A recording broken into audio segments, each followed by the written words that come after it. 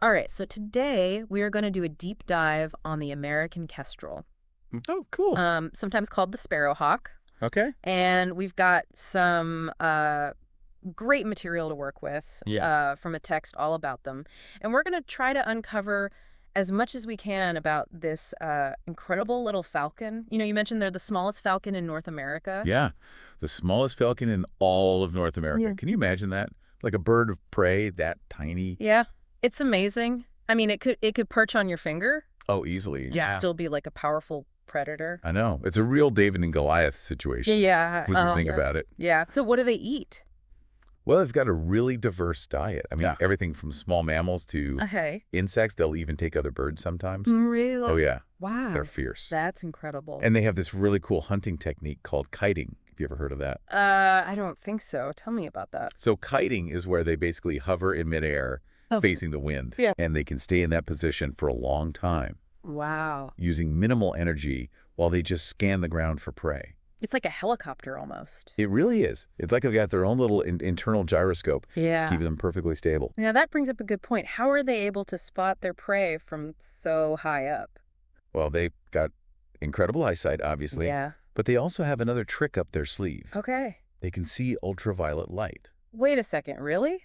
Like they see a whole different spectrum of light than we do. Exactly. It's Yeah. like they have a superpower, right? Yeah. So imagine being able to see things that are invisible to us. Right. And for kestrels, this ability is really useful for hunting because many insects reflect UV light. Ah, so they can see the insects even when we can't. Exactly. They might see the field that looks totally ordinary to us, Right. but to them, it's like a buffet of glowing insects. That is incredible. Like a whole secret world that they have access to Yeah. and that we're totally oblivious to. That's amazing. It makes you realize how much we take our own senses for granted, doesn't it? It really does. Yeah. Now, I've noticed that kestrels have some pretty distinctive markings. Can you tell us a little about that? Sure. Yeah. The males are especially striking. They have these blue-gray wings, Oh, yeah. a rusty red tail, I've seen that. and those bold black mustache markings on their faces. Yeah, like little bandits. I know, right? They look so dapper. Now, the females are a bit different, aren't they? Yeah, the females are more subdued, Okay. with more browns and grays in their plumage.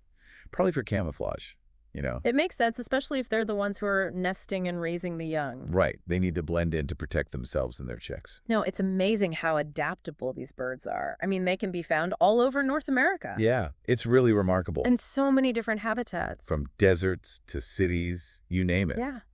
It's like they can thrive anywhere. And that adaptability is a big reason why they're so successful, especially with all the habitat changes that are happening these days. That's a good point.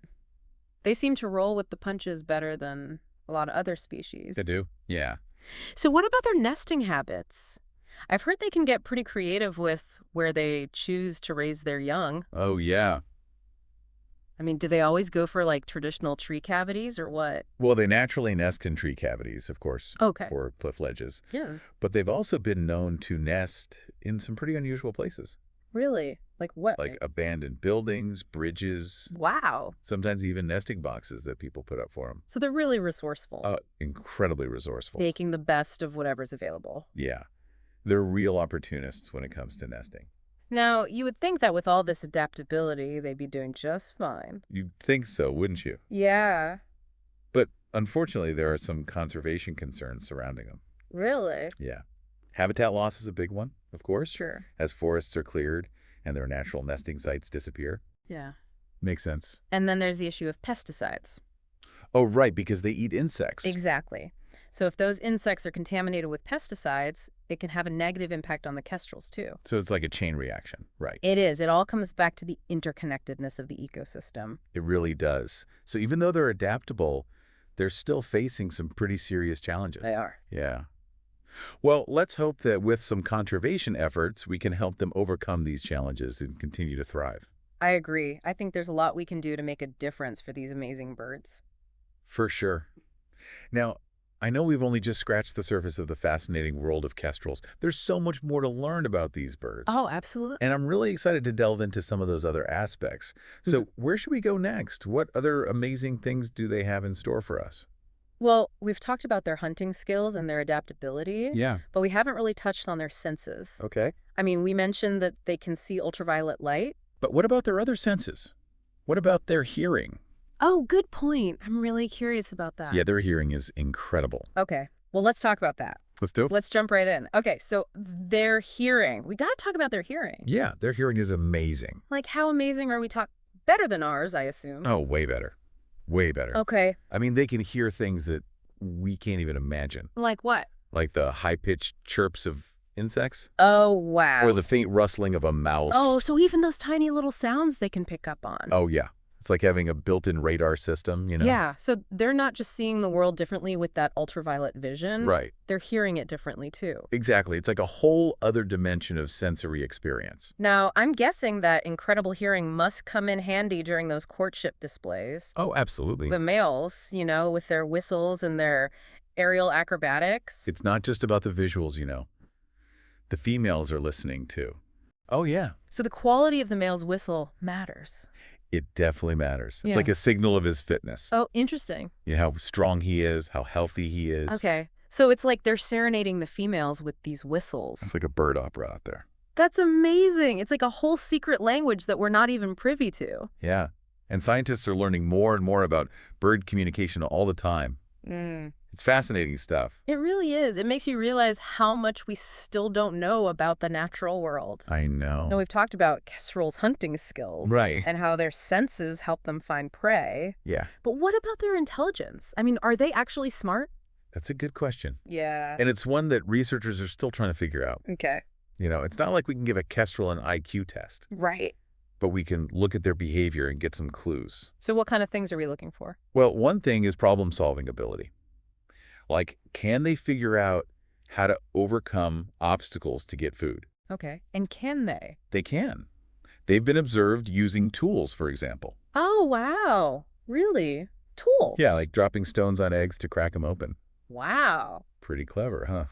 That is really clever. And they're also known to cache food, which means they hide it away for later. Okay. That suggests they have some capacity for planning and memory. Yeah, that's not just instinct, that's thinking ahead. Exactly. That's amazing. And they're really good at adapting their behavior to new situations.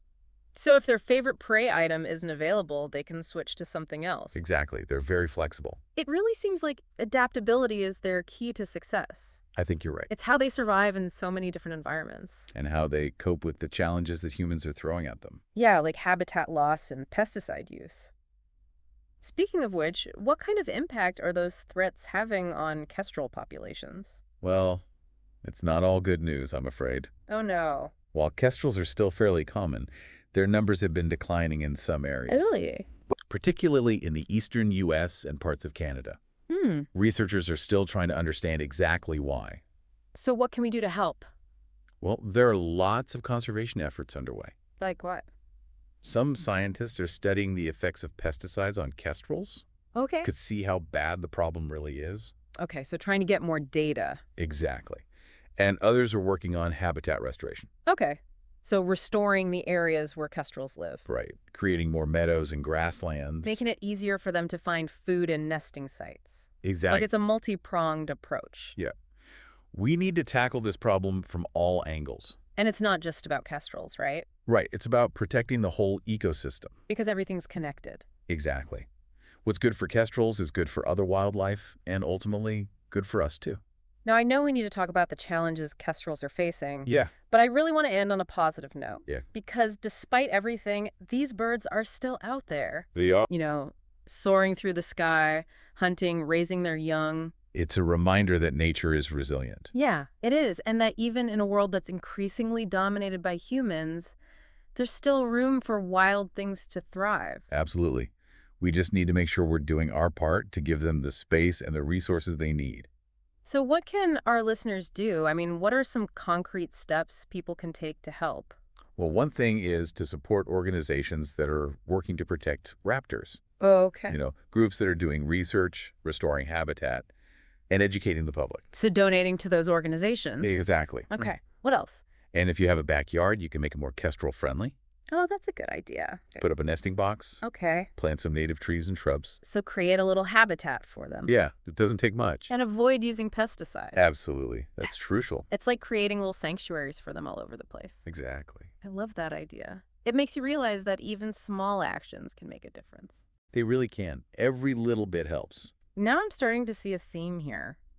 It seems like everything we've talked about today, from kestrels' hunting skills to their adaptability to the challenges they face, it all comes back to this idea of interconnectedness. I think you're right. It's like they're a microcosm of the whole ecosystem, Yeah, they're a perfect example of how everything is connected. and how our actions have consequences that ripple outward. Exactly. We can't just focus on one species in isolation. Right. We have to consider the whole web of life. It's all part of the same story. And kestrels are a pretty amazing chapter in that story. They really are. With their beauty and their grace and their resilience. They're a symbol of hope. Yeah, they are. They show us that even in a world that's facing so many challenges, there's still beauty to be found. Absolutely. And there's still reason to believe that we can turn things around. I agree. We just need to keep working together. So as we wrap up this part of our deep dive, what's the one message you want to leave our listeners with?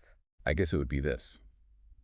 The future of kestrels and of all wildlife really depends on us, Yeah. on our choices and our actions. So we need to understand them. Yeah. We need to appreciate their value. Yeah. And we need to take action to protect them. Exactly. Well said.